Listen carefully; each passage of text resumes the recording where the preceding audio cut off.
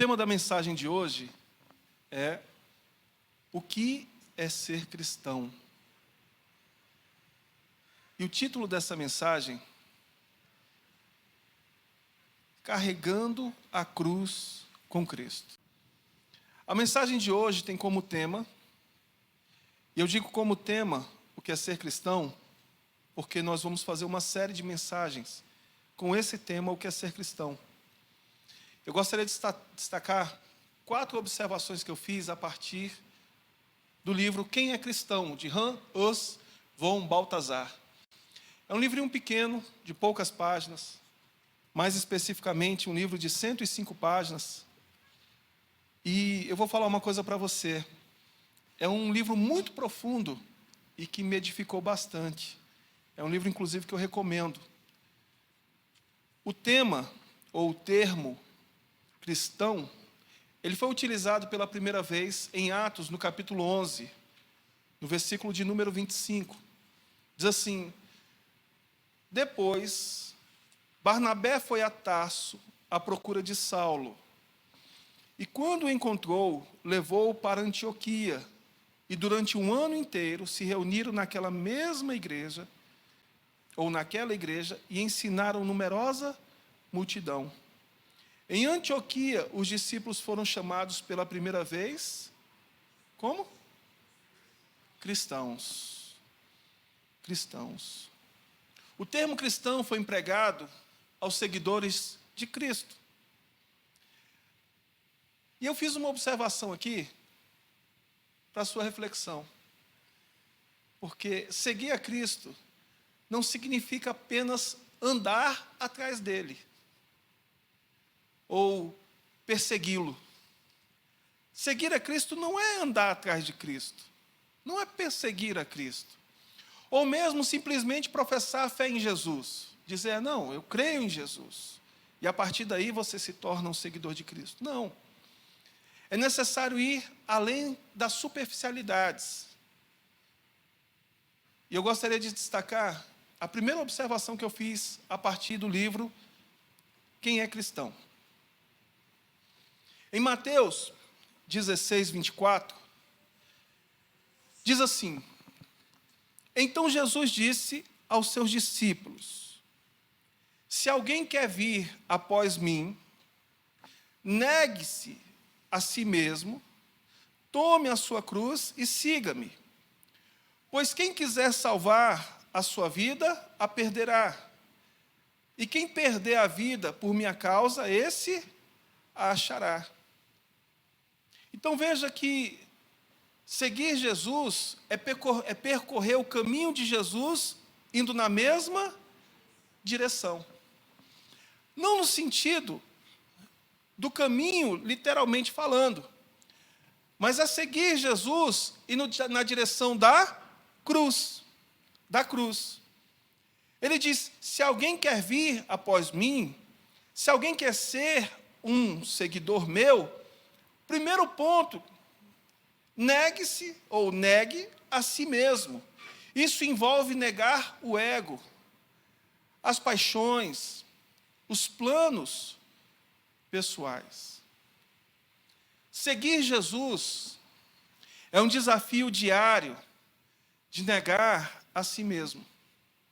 Olha aqui para o pastor para você entender. Presta atenção numa coisa.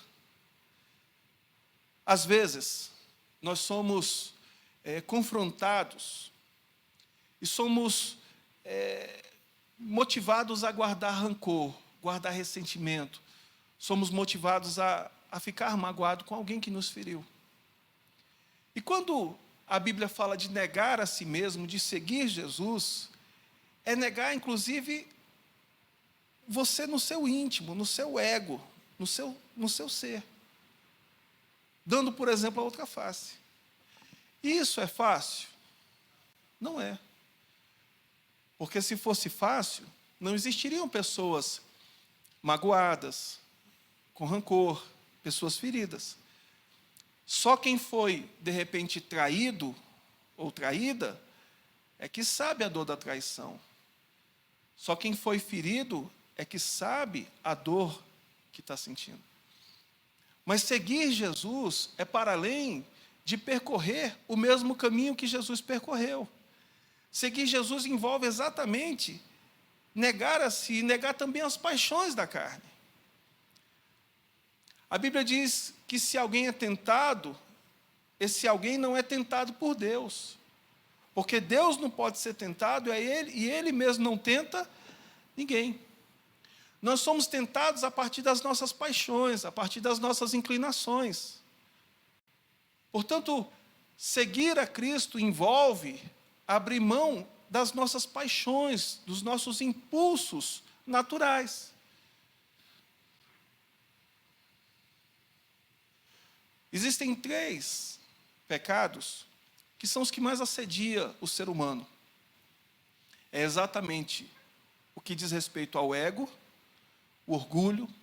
Você sabe que por causa do ego se criam até mesmo guerras, conflitos num casamento, conflitos entre irmãos, conflitos entre colegas de trabalho, conflitos na vida cotidiana. O segundo pecado é o pecado da cobiça, da ambição desenfreada.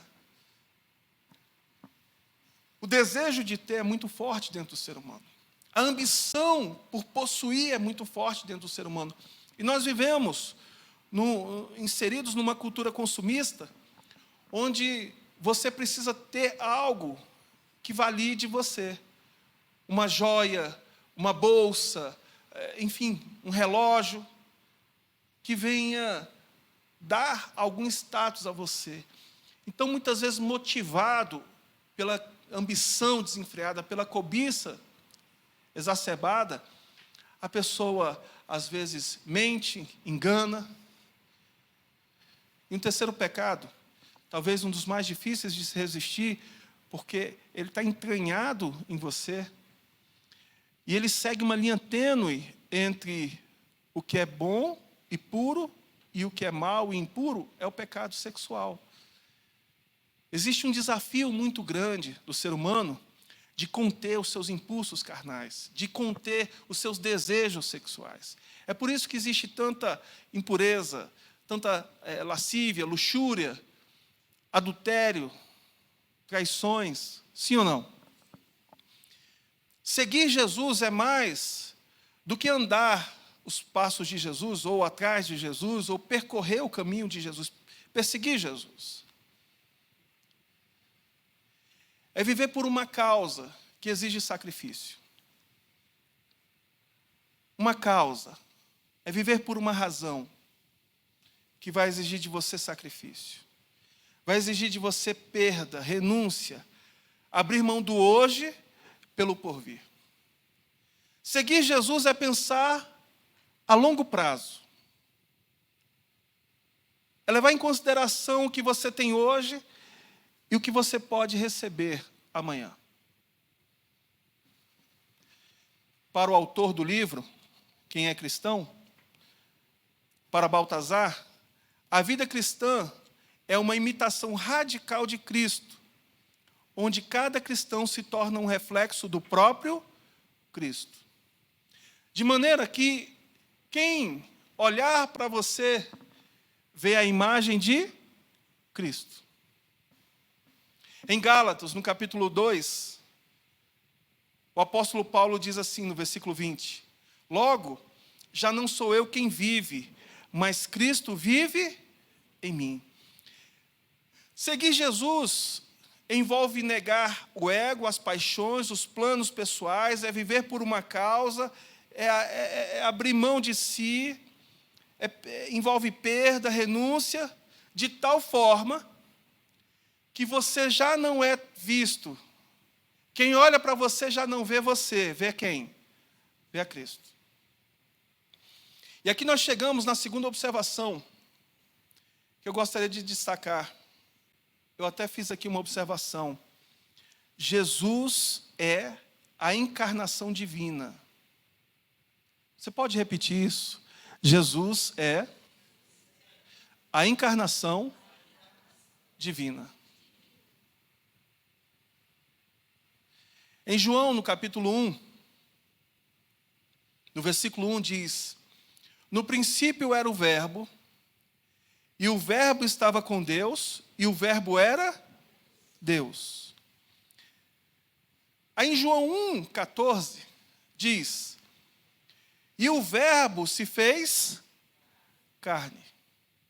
No princípio era o Verbo, e o Verbo estava com Deus, e o Verbo era Deus. A Bíblia está falando de quem? De Jesus. Está falando da figura de Cristo. E aí em João 1,14, projeta aí, por favor. Você consegue ler? E o Verbo, que é Jesus, se fez o quê? Carne. E habitou entre nós, cheio de graça e de verdade. E vimos a sua glória, glória como do unigênito do Pai. Então observe que Jesus, ele é a encarnação do próprio Deus. De maneira que quem olha para Jesus, quem vê Jesus, vê a imagem do próprio Deus. Paulo, ele foi um dos primeiros seguidores de Jesus a ser intitulado como cristão. Paulo, ele era um verdadeiro seguidor de Jesus. Paulo, inclusive, ele dedicou a sua vida por essa causa, a causa do Evangelho, a causa do Cristo. E olha o que Paulo fala aos Coríntios, no capítulo 1, no versículo 1. 1 Coríntios, capítulo 1, versículo 1. Sejam meus imitadores, como também eu sou imitador de Cristo. Então veja que Paulo, ele, diga-se de passagem, eu não sei se você sabia disso, ele que se chamava Saulo de Tarso, ele era um perseguidor da igreja. Ele perseguia os discípulos, ele perseguia a igreja primitiva. Paulo, ele então tem um encontro pessoal com Cristo.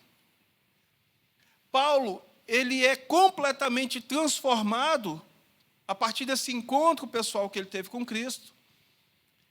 Ele deixa para trás o velho homem, ele deixa para trás a sua identidade, e ele assume a Cristo de tal forma, a ponto de, em Gálatas, no capítulo 2, no versículo 20, dizer assim: logo, já não sou eu quem vive, mas Cristo vive em mim.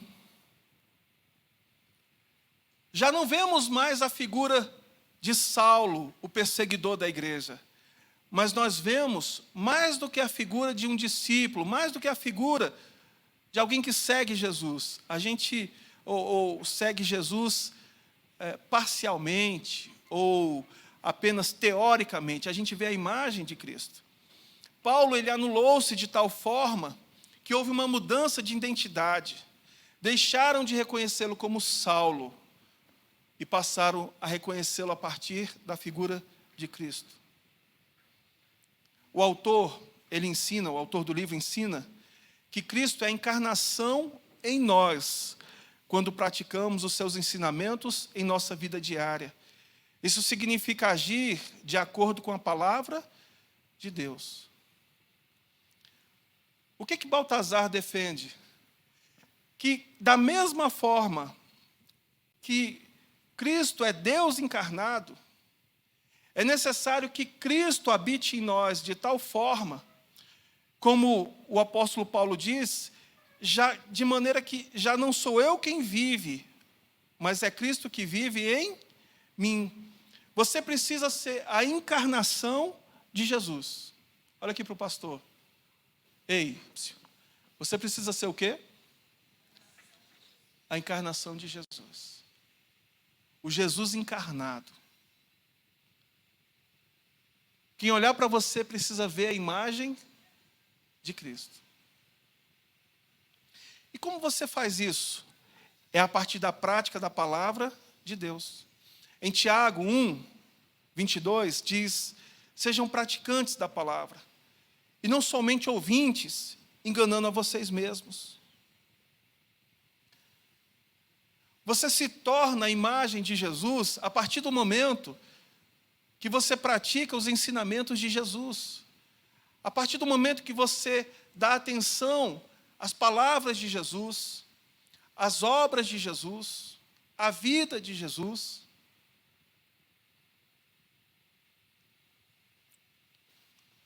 Quem está entendendo? Caso contrário, você está enganando a si mesmo. É muito comum a gente ouvir: eu sou um seguidor de Jesus, eu creio em Jesus, eu amo a Jesus, ou algo do tipo. Entretanto, para que você seja de fato um seguidor de Jesus, você precisa praticar a palavra, viver a palavra de tal forma que a sua vida cotidiana ela venha refletir de fato o Jesus em você, o Jesus encarnado. Inclusive, você não é os seus pensamentos, tanto que você consegue conversar com os seus pensamentos. Você não é o que você vê, você não é o que você ouve, mas o que você faz expressa muito de quem você é. O que você faz, o seu comportamento, expressa quem você é. E assim a gente chega à terceira observação que eu gostaria de destacar: a beleza da santidade. Para Baltazar, a santidade é um reflexo da glória de Deus. A vida cristã deve ser bela, não no sentido estético, mas no sentido da pureza e da verdade. Você sabe que estética é diferente de beleza. A estética passa, a estética se altera. Hoje, linhas retas são muito bonitas. Você olha um imóvel com linhas retas, você observa que é um imóvel sofisticado, um imóvel que foi construído há pouco tempo. Mas isso daqui uns dias vai passar. Você vai observar que a estética vai mudar e você vai ver mais arcos, linhas mais abauladas, porque a estética muda. Hoje, o que é agradável aos olhos, amanhã deixa de ser. Agora, aquilo que é belo não muda, aquilo que é belo não passa. A beleza dos pássaros, a beleza das plantas, a beleza de uma cachoeira, a beleza do oceano, a beleza do pôr do sol, isso não passa. A beleza da pureza. Algum dia a pureza da criança vai deixar de ser bela? Não. Algum dia a verdade vai deixar de ser bela? Não. O cristão é chamado a viver em santidade, a beleza da santidade, separando-se do pecado e buscando a santidade em toda a sua conduta. Aí ele faz uma citação. Como Jesus disse: sede santos, porque eu sou santo. Ser cristão é se comprometer com uma vida de transformação contínua, onde o caráter de Cristo se manifesta em nós. Em 1 Pedro, no capítulo 1, no versículo 15, diz assim: pelo contrário, assim como é santo aquele que os chamou, sejam santos vocês também em tudo que fizerem. Porque está escrito: sejam santos porque eu sou santo. A palavra santidade, ela indica consagrado, separado, dedicado. Viver uma vida em santidade é viver uma vida separado do pecado, da impureza, da mentira, e viver uma vida dedicada a quem? A Deus, a Cristo. Presta atenção para você entender. Olha aqui para o pastor. Ser santo, ser santo não é ser perfeito. Aquilo que é perfeito é completo. Portanto, nós não somos perfeitamente santos, porque nós não somos completamente santos. Haverá um dia onde nós seremos transformados, deixaremos esse velho corpo, essa velha natureza, seremos transformados e seremos santos. totalmente santos. Entretanto, a palavra santidade, ela não está ligada à perfeição. A palavra santidade está ligada à separação, à dedicação. Em que isso implica? Implica no fato de que todos nós, apesar das nossas imperfeições, nós podemos viver uma vida separada da mentira. Uma vida separada da impureza. E mais do que isso, nós podemos viver uma vida dedicada a Deus. O que te impede, o que te impede de viver uma vida dedicada a Deus? O que impede você de acordar de manhã e falar assim, olha aqui para o pastor, o que impede você de acordar de manhã, o que impede você de acordar de manhã e falar assim, hoje eu vou ter um dia dedicado a Deus?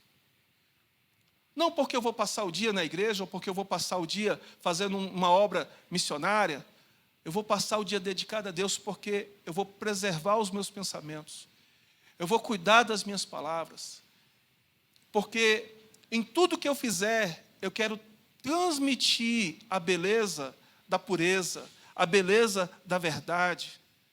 Porque em tudo que eu fizer, eu quero transmitir a beleza de Cristo. O que impede? Eu pergunto a você.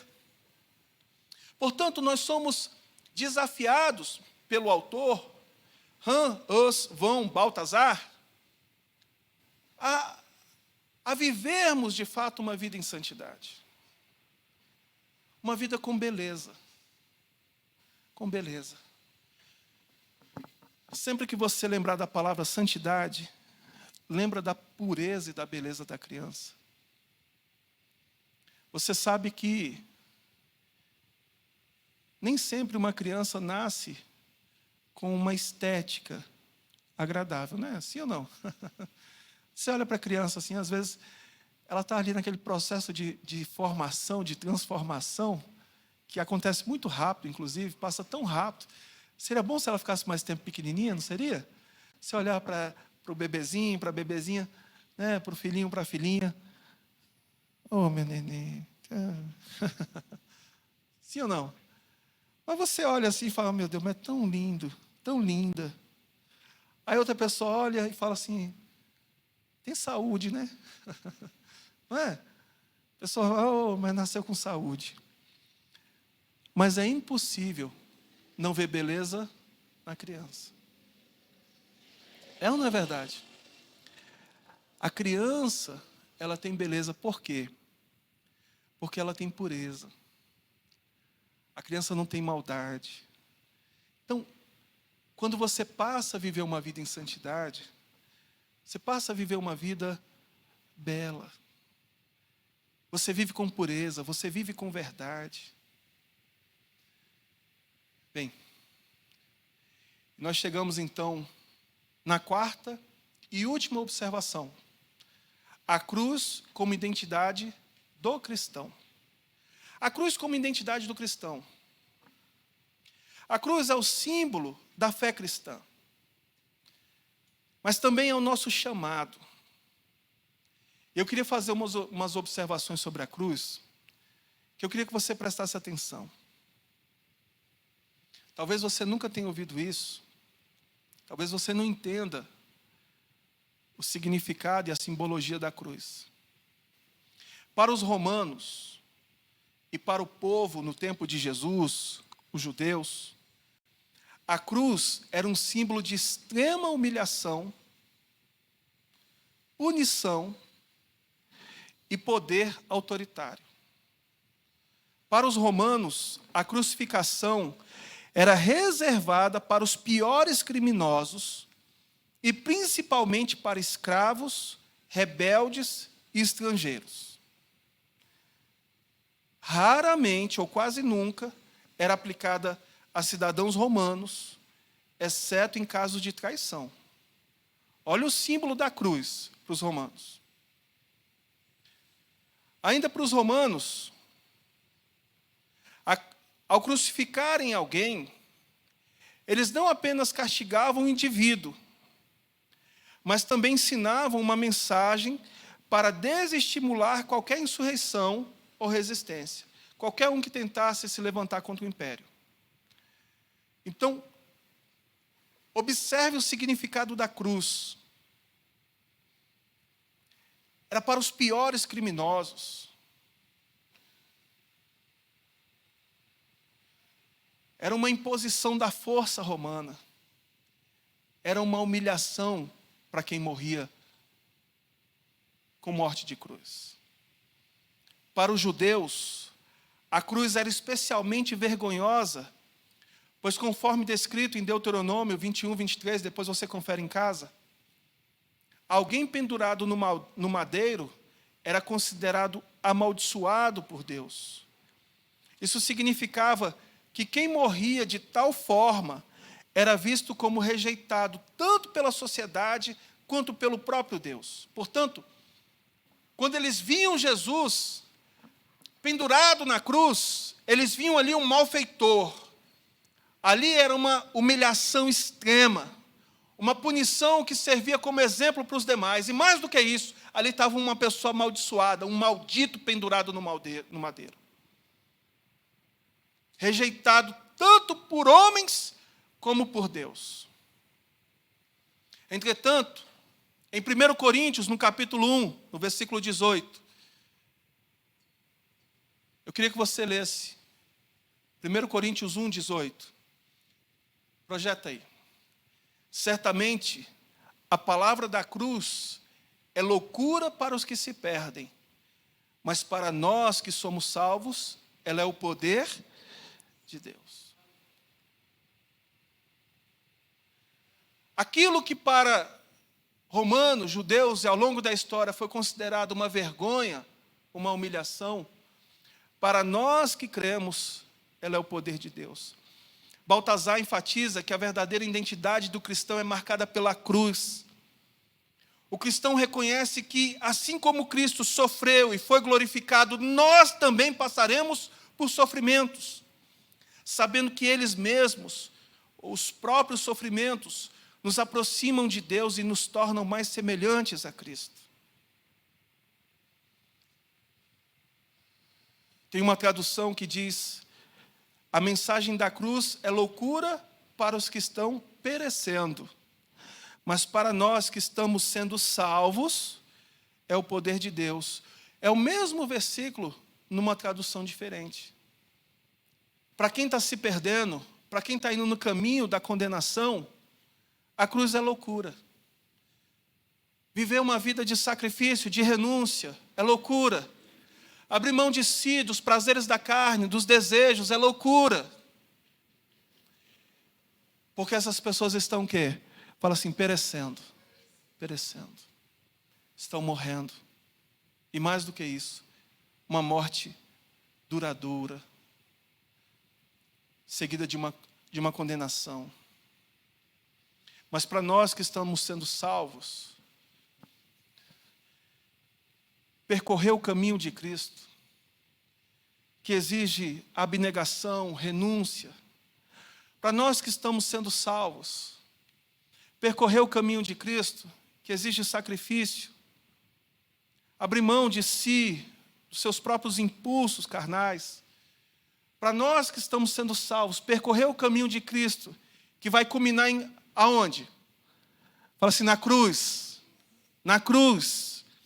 Percorrer o caminho de Cristo, que nos leva à cruz, para nós é motivo de grande honra, de grande alegria. Inclusive o apóstolo Pedro, um dos primeiros cristãos, ele morreu uma morte de cruz, mas pediu que fosse crucificado de cabeça para baixo, porque ele não se via digno de morrer como Cristo, como seu Senhor. E diante disso, nós finalizamos essa mensagem com uma conclusão. Ser cristão é muito mais que um rótulo ou uma tradição. É uma transformação profunda, onde Cristo habita em nós e nos guia em todas as áreas da nossa vida. Presta atenção nisso. É uma transformação profunda, onde Cristo habita em nós e nos guia em todas as áreas da nossa vida. Eu fiz aqui até uma observação. Você passa a fazer parte da obra redentora de Cristo. Além de redimido e transformado, você se torna um reflexo vivo da pessoa de Cristo, manifestando por meio da sua vida a glória de Deus e compartilhando com Cristo o peso da cruz. Ser cristão vai fazer você ser coparticipante da cruz de Cristo.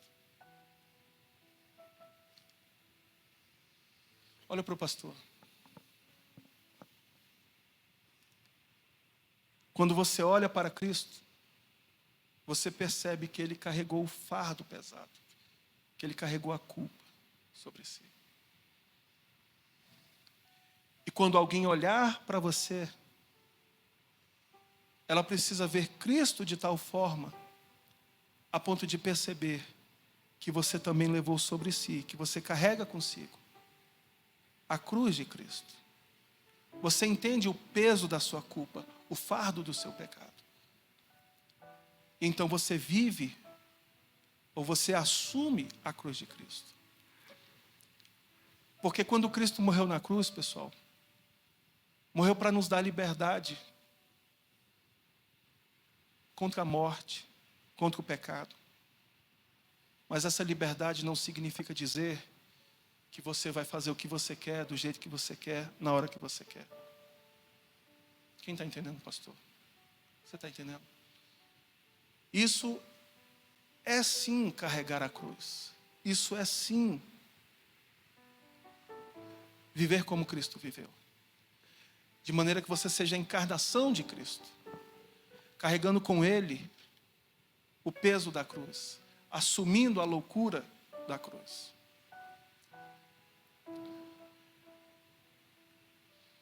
Hoje o Senhor nos chama a refletir sobre nossa identidade como cristãos. Você é um cristão porque você vem à igreja, porque você professa a fé em Jesus, ou porque você vive a loucura da cruz? Será que estamos apenas professando essa fé? Ou será que realmente Cristo vive em nós?